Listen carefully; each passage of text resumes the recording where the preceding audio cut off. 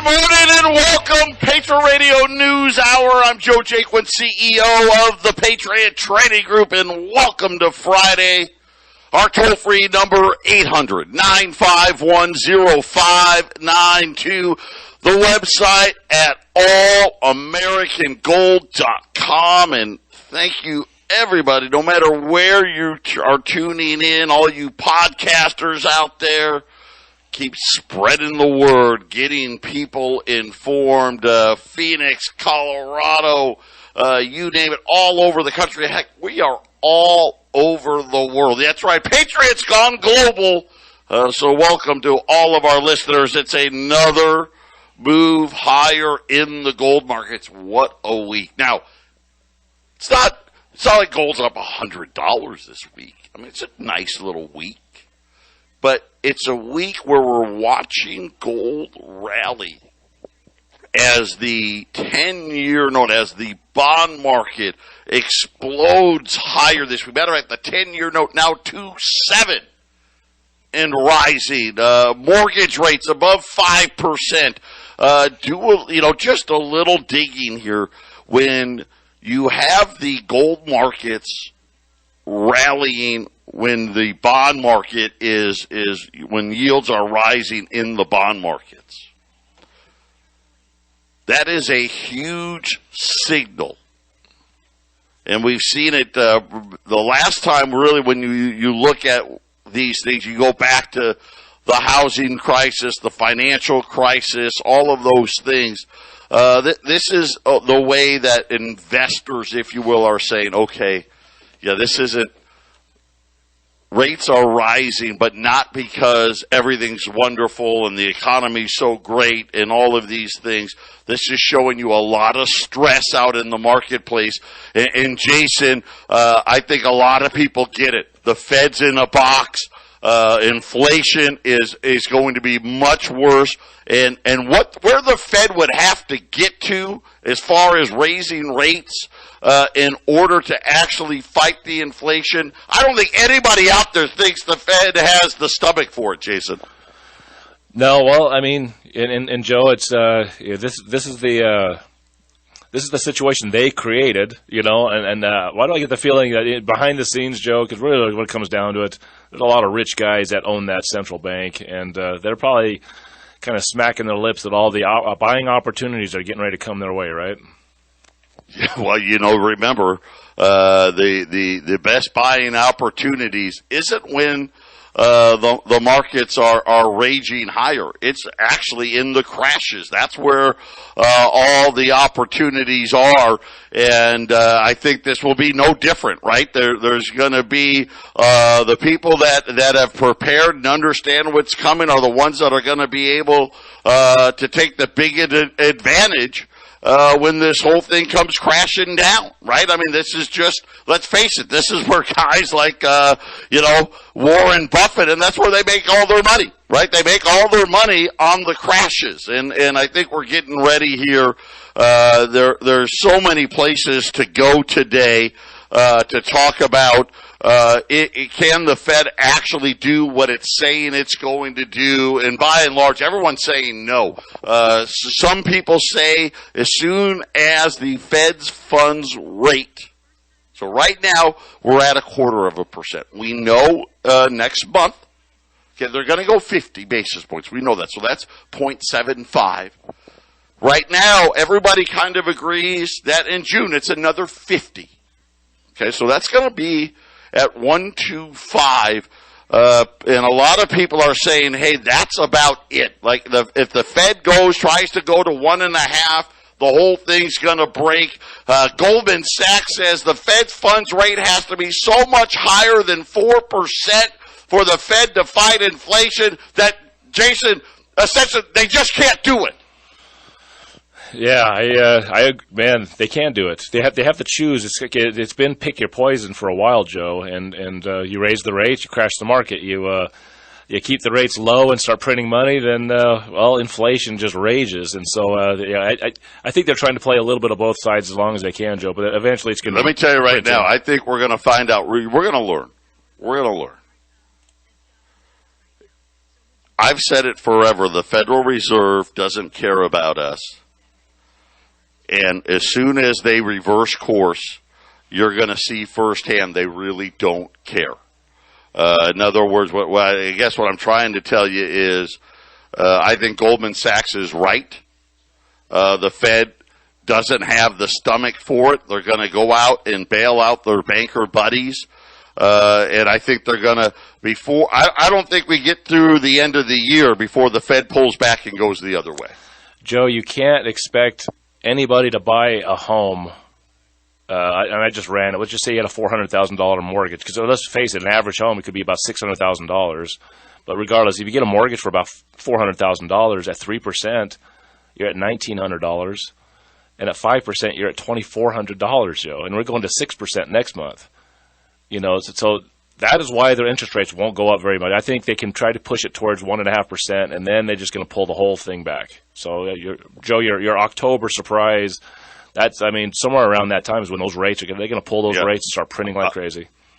October's on the clock, and I highly advise everybody out there, if you're getting, and I know everyone's, hey, I'm going to do it. I'm waiting for the perfect time. This is the perfect time. That October's not very far away. Joe, it's 7% interest. That goes up another $500 on your payment. Yeah. Joe, I'm telling you, there's no way. It's impossible to have a market like this. 800-951-0592, Patriot Radio News Hour. We'll be right back. Don't touch that dial. 800-951-0592, Patriot Radio News Hour on this Friday. And we're targeting October.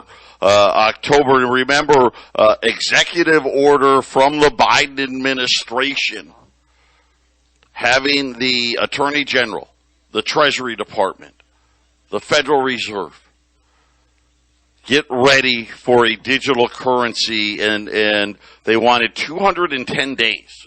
So that was started in March. By the way, the executive order was in March.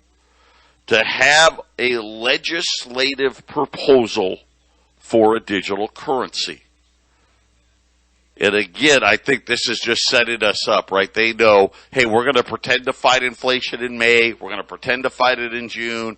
We're going to pretend to fight it in August because that's how the schedule breaks out. And then they're going to hit that wall. We're going to have liquidity problems in the bond market. There's no way they can't sell that balance sheet off. It's not going to happen. Remember, they've tried this before. And nowhere near at $95 billion a month. Nowhere close to that level, and ran into problems. And that was when things were good. But we're not acting alone. And we know that the EU's been talking about their digital currency. But how about our little friends to the north, right? The Canadians.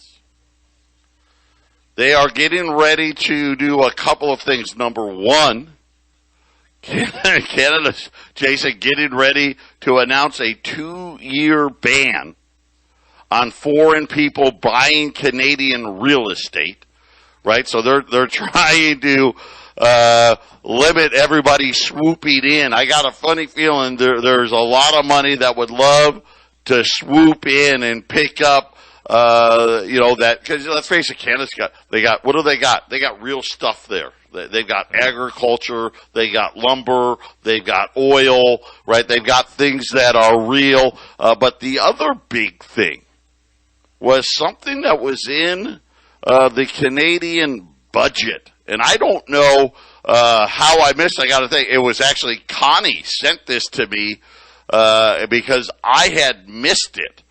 But in their budget for 2022,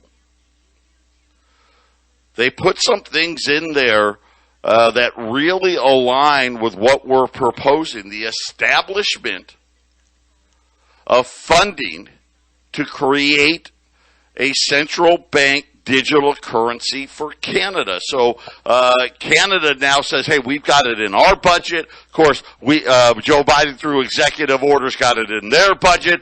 The EU's got it in their budget. Jason, I mean, it's coming. Yeah, and protecting foreign investors from buying their land, that's something that America won't do. And that's because there's one difference, Joe. Our central bank has the world reserve currency, and they're able to back up all this money printing by saying, well, we have all this guaranteed government-controlled land that you can, if things go wrong, we have something here for you. And then Canada doesn't have that ability. They don't have the world reserve currency. So major difference there, Joe. And man, what happens when the dollar leaves the world reserve currency and all these dollars that these other countries still have in possession? They're only going to be able to buy stuff in America with dollars. They're going to buy everything they can get because, Joe, there's not going to be anything else of value to use those treasuries for. Yeah, Chapter 9, Section 2 of the Canadian budget. In the last several months, for example, there have been a number of high-profile examples both around the world and here in Canada, where digital assets and cryptocurrencies have been used to avoid global sanctions and fund illegal activity. See, you can't have that. Can't have that, Joe. Can't have criminals. The Bitcoin, right, the stable, they're bad. They're bad.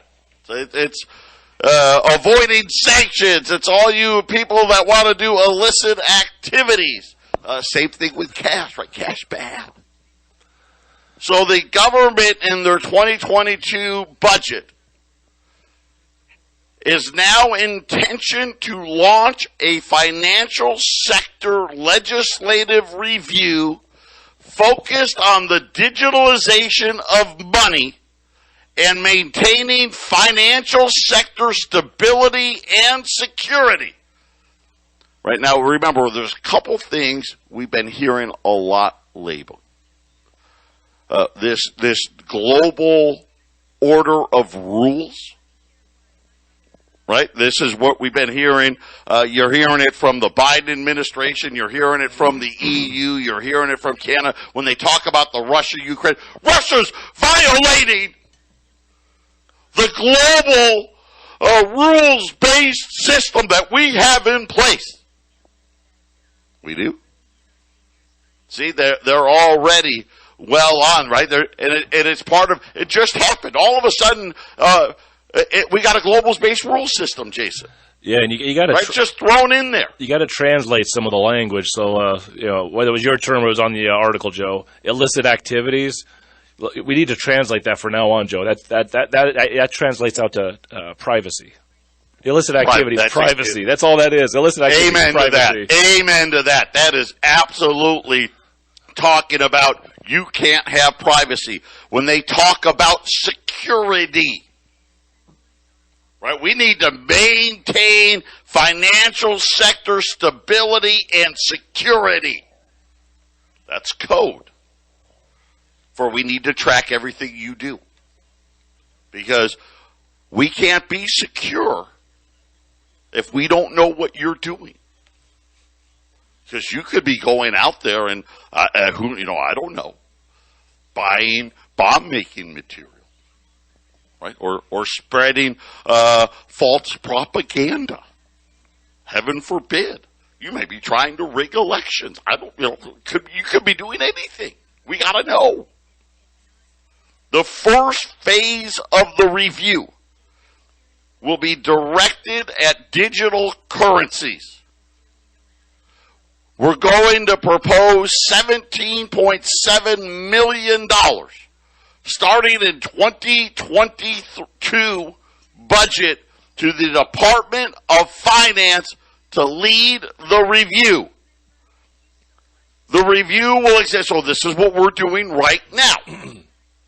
Right now, we're in this 180-day, quote-unquote, review process. Guess what? Canada, they're in the review process.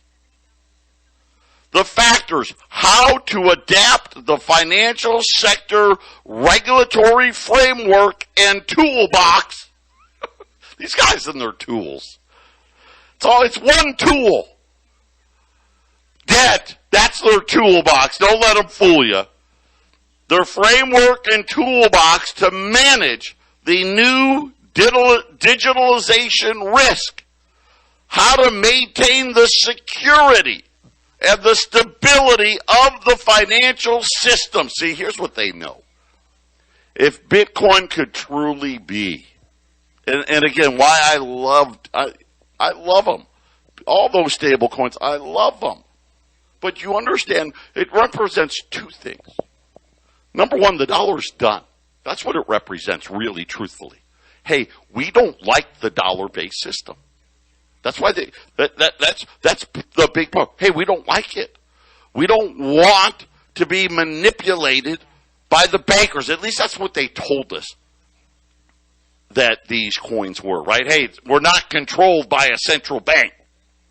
Price is truly determined by the marketplace, right? You know, the a la capitalism at its finest.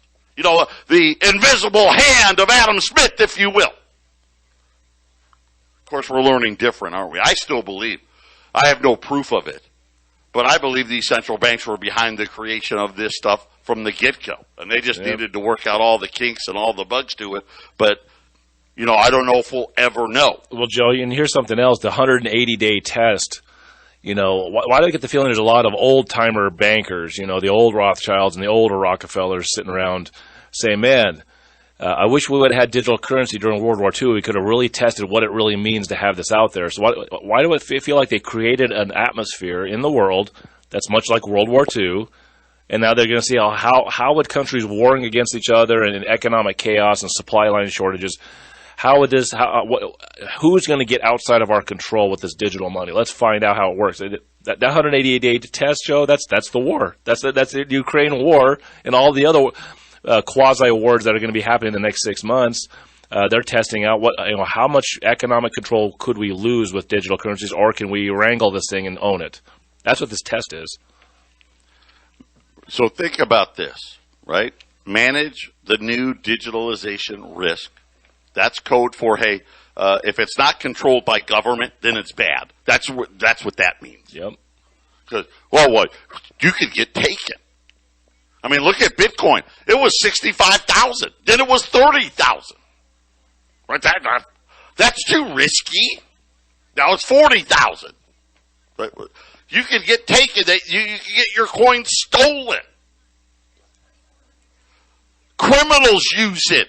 They're trying to avoid sanctions, or they're doing illicit, nefarious activities. All this stuff, right? That's what digitalization risk means. See, they're worried about us. They're concerned. They want to protect us. Then they say the stability of the financial system. Man, if we actually let it go, they'd end the financial system. We'd be done. They would realize the tide would go out, and we're sitting there with $30 trillion of debt. And Joe, remember, the Federal Reserve System is a criminal system, so let's just make sure we remember that. Yeah, dude. From day one, they make the mob look like good people. That's the criminality of the central bank. But listen to this last line, because this is the most important line. And again, this is in the Canadian budget. And the potential need for a central bank digital currency in Canada. See, we're looking at the risk. Right? We know what that is, right? You know, boy, you guys could get taken. We can't have that. Oh, and then we're looking at our financial system. Man, we can't. You know what? We're probably just going to have to go to the central bank system. Yeah, there you go. We'll just create our own, and that way we can ensure that you're safe, and the financial system is safe. And this is it's almost a carbon copy of what it is that our administration is currently doing. And again, the need for you to be ready. This is going to happen way faster than I thought, Jason. Yeah, I mean, I think by next year there's a cryptocurrency system in place of some sort, and then I think 2023, 2024 is how they slowly but surely shave all of the paper money out of the system. No more physical cash. So I think you set it up. First of all, you test it. 2022, man, the point of no return, Joe. We're not going back. We're not going back to where we were. And they're testing how can they control it, and how does it get out of their control, so that they know, hey, maybe we can't control this facet, but this is how we can criminalize it, I guess. And then 2023, 2024, they have some sort of system in place, and they slowly start eliminating physical cash throughout the world, Joe. Yeah, this is something now when we watch and think about where we're at right here. I think Jason's right. The ball is already in motion. We're going to start seeing that we're going to start this shift into the central bank digital currencies. And as Jason pointed out, over the next, say, 2 to 5 years, there's going to be a phasing in and a phasing out, right? A phasing in of the digital central bank currency and a phasing out of cash in the Federal Reserve note, and ultimately involved in that, a bail-in of the banks is going to occur as well. Patriot Radio News Hour, I'm going to tell you an interesting draft resolution vote that happened yesterday.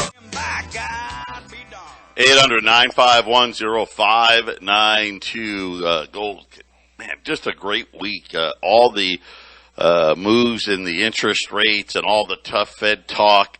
Gold up $13 right now, $19.47. Silver is higher as well, $24.83. The $20 gold pieces, the $5 Liberties are gone. Those are we sold out of those yesterday, last day. So we were running $20 Liberties at $2,240 yesterday. Gold's up another $13. I'm going to hold that price. So we're going to stay at $22.40 for the rest of the day. Right now, we're setting up, and just some numbers, and these are just, some technical numbers. Gold's going to go way beyond this. We're looking at 1960, which I would not be surprised if we crest this number next week. A close above 1960, and then once again, we're talking about, okay, we're going to be looking at all-time high watches again for gold. It's just a matter of when. I think it's going to happen a lot sooner. This was an important week for gold to rally when they're trying to beef up the Fed and give them credence. That just shows you, I think, the weakness of all of this. And I think most people expect this to end very, very badly. So you've got big money going to gold, for the protection. Get your orders placed, 800-951-0592. So yesterday at the UN General Assembly, the United States led the charge to suspend Russia from the Human Rights Council over its actions in Ukraine. Now, that doesn't sound like that big of a... You're like, okay, yeah, that's probably going to happen. There is 175 countries voting. 93 voted in favor. The funny part is that leaves 82 countries that didn't vote in favor. Now, 24 voted against. 58 said, well, we're just not going to vote, which essentially that's a no vote, and all of us know that. Hey, we don't want you to come out and attack us, so we're just not going to vote. Yeah, we don't want to be a part of this. We don't want to be a part of this, Joe. We don't know who's going to win this thing. But again, I want to point out the closeness of this, because in our mainstream media, you would think the whole world is against Russia. It's 93-82. It's pretty close. And again, I think most of the world knows this shouldn't have happened. But of the no votes, obviously the biggest one was China. China said, no, not doing it. Matter of fact, yesterday, what did we announce yesterday? China has admitted we are buying Russian coal for April delivery in renminbi.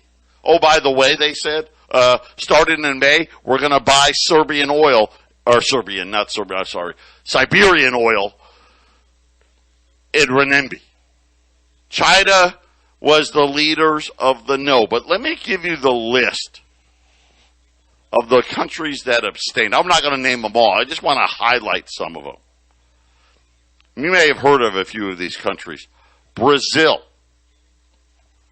said, nah, we're not voting. Cambodia said, we're not voting. Egypt didn't vote. I've got to go down there. India. Yeah, there's no thanks. Indonesia.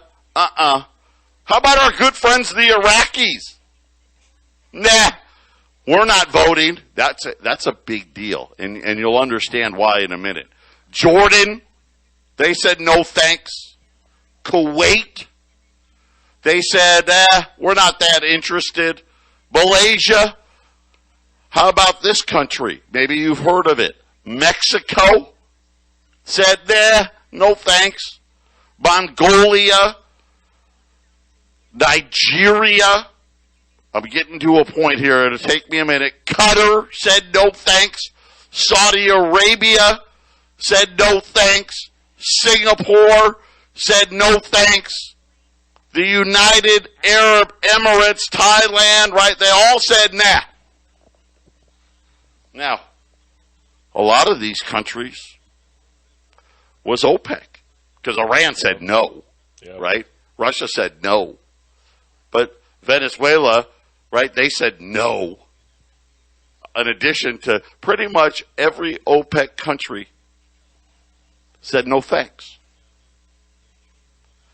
Most of the Asian countries, why I mentioned countries like Kuwait, Thailand, and others, they said no thanks. This is a huge, huge thing that's happening. We keep talking about Bretton Woods 3. And again, obviously I'm not doing a good enough job explaining it because there shouldn't be a phone line open right now. This is how big this week has been. This is a monumental week. We went to the UN for this draft resolution, and essentially half the world said no thanks. And Jason, this is a huge message. And again, we are heartbeats away from OPEC saying, you know what, we'll sell oil in whatever we want. We'll sell it in rubles. We'll sell it in renminbi. And I think it doesn't end there, right? Oil's the start. And Joe, right? The Middle East is itching to get off the petrodollar because that's kind of a chain and shackle on them. Because can you imagine what these Middle Eastern countries can do to each other, blowing each other to bits when there's no petrodollar, kind of keeping them quiet, or what they might want to do to Israel? I mean, that's going to create complete chaos when the petrodollar leaves. Let's just say Saudi Arabia. Yeah, a lot of people don't understand that part, and I'm glad you brought it up. A lot of countries get heartburn and heartache because they're tied to the U.S. dollar, and all of a sudden our central bank goes off half-cocked, and it causes these nations a lot of problems. And I think they've been frustrated to it, but it was the only game in town, right? When it's the only game in town, that's the game you got to play. I've been warning you since 2016. That was the year that they allowed China's renminbi into the basket of currencies of the, what they call the reserve currency basket. And remember, it doesn't happen overnight. Over the course of the last, 6 years, all of a sudden now the foundation's been laid for the great rebalancing. Patriot Radio News Hour. We'll be back after the break. 800-951-0592. U.S. $20 gold pieces at $2,200. $40. Of course, these are the pre-33 gold. One of the big things for people to remember is the type of gold you buy matters. It matters a lot. Here in the United States, there's two different types of gold as far as the government's concerned. There's collectible gold, and then there's gold bullion. Well, what's the difference? The collectible gold, and it's actually, of all the things the government does, this probably is the most simple thing. It's shockingly simple. The only collectible gold the government considers, pre-1933 U.S. minted, period. End of discussion, that's it. That's what they consider to be collectible.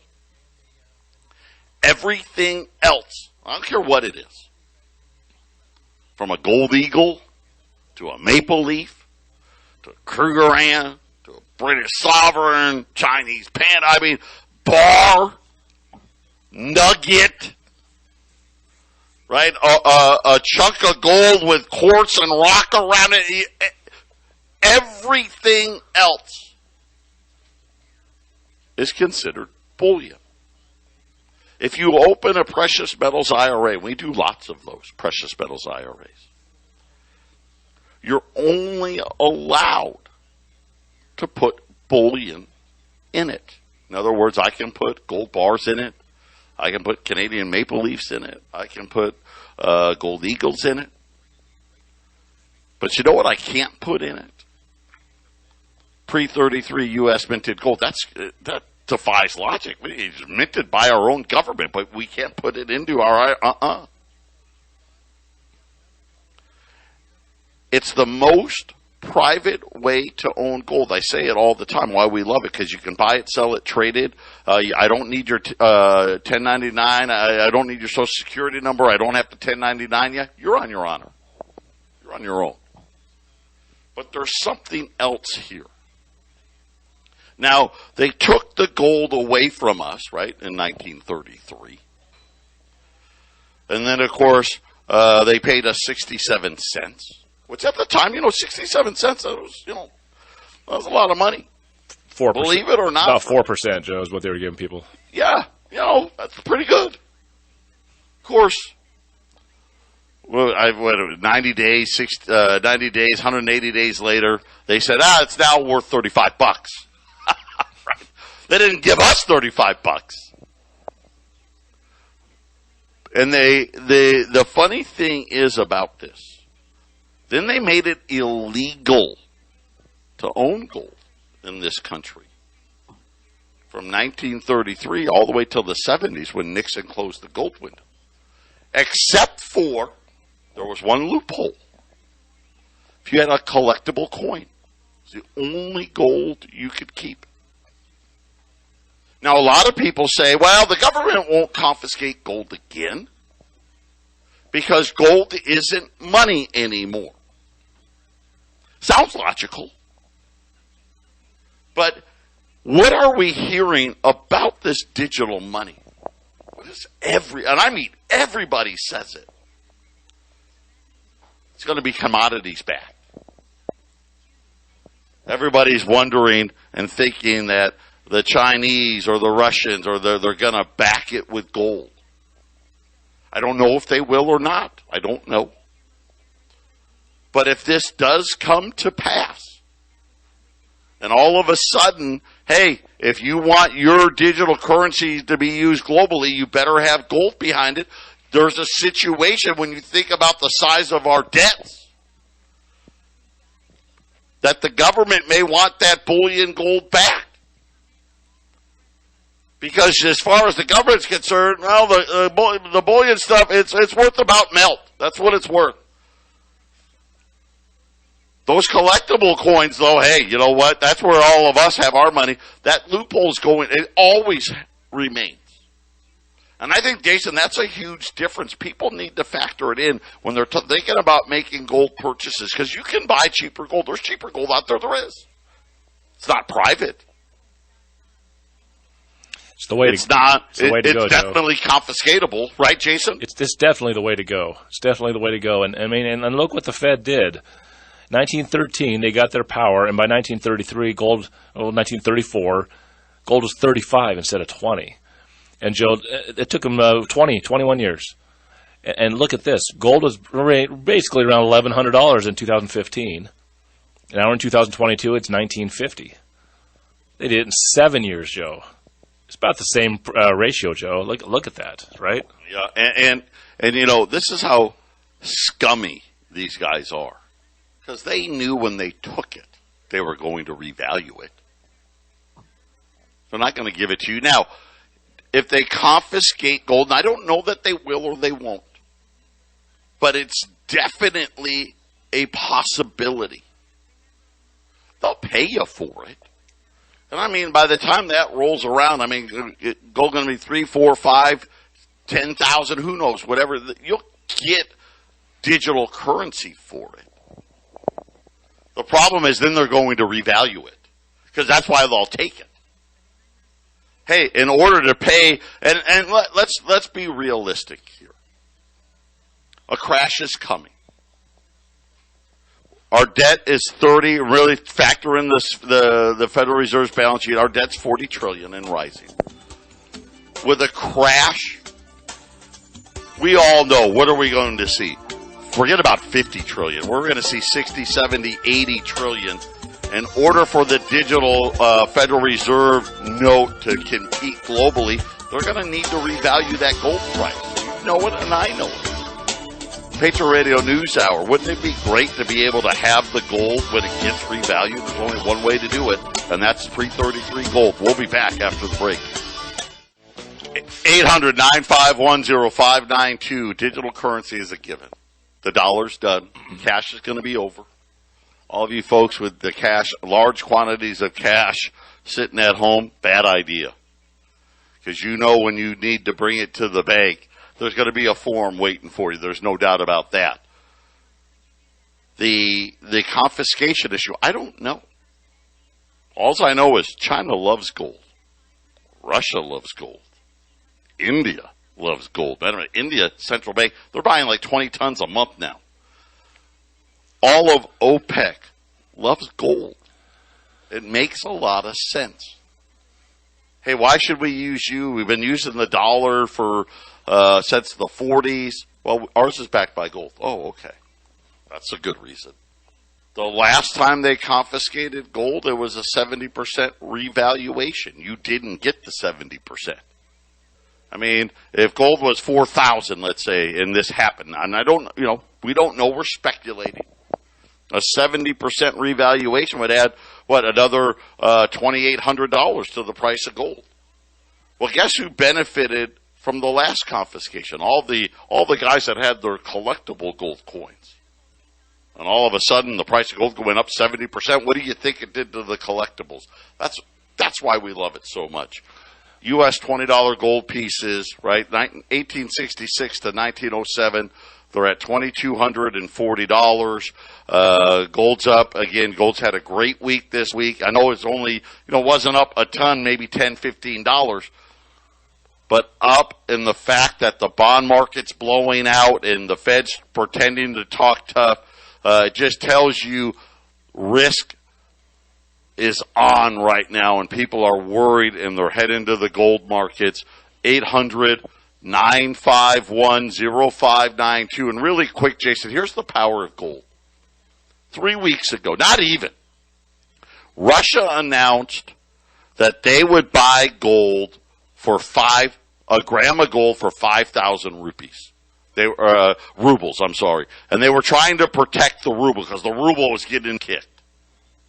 At the time, 5,000 rubles was about $1,600 an ounce for gold. And, of course, gold was like $1,900.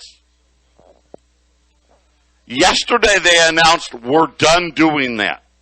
And the reason being the ruble rallied so hard that today 5,000 rubles would mean that Russia would be buying gold for like $2,050 an ounce, $100 pretty much higher than where it is today. So Russia now says, hey, listen, we're just going to go back to buying it at the regular price.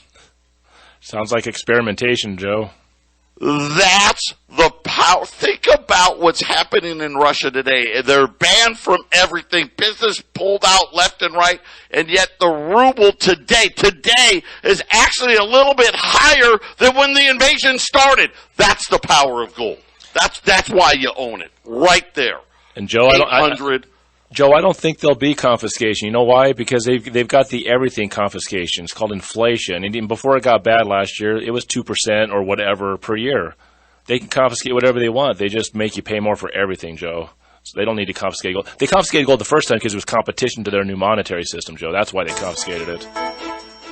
Yeah, this time they may confiscate it again because everybody else is using it as competition. That's the part we don't know. That's what we don't know. That's the part we don't know, right?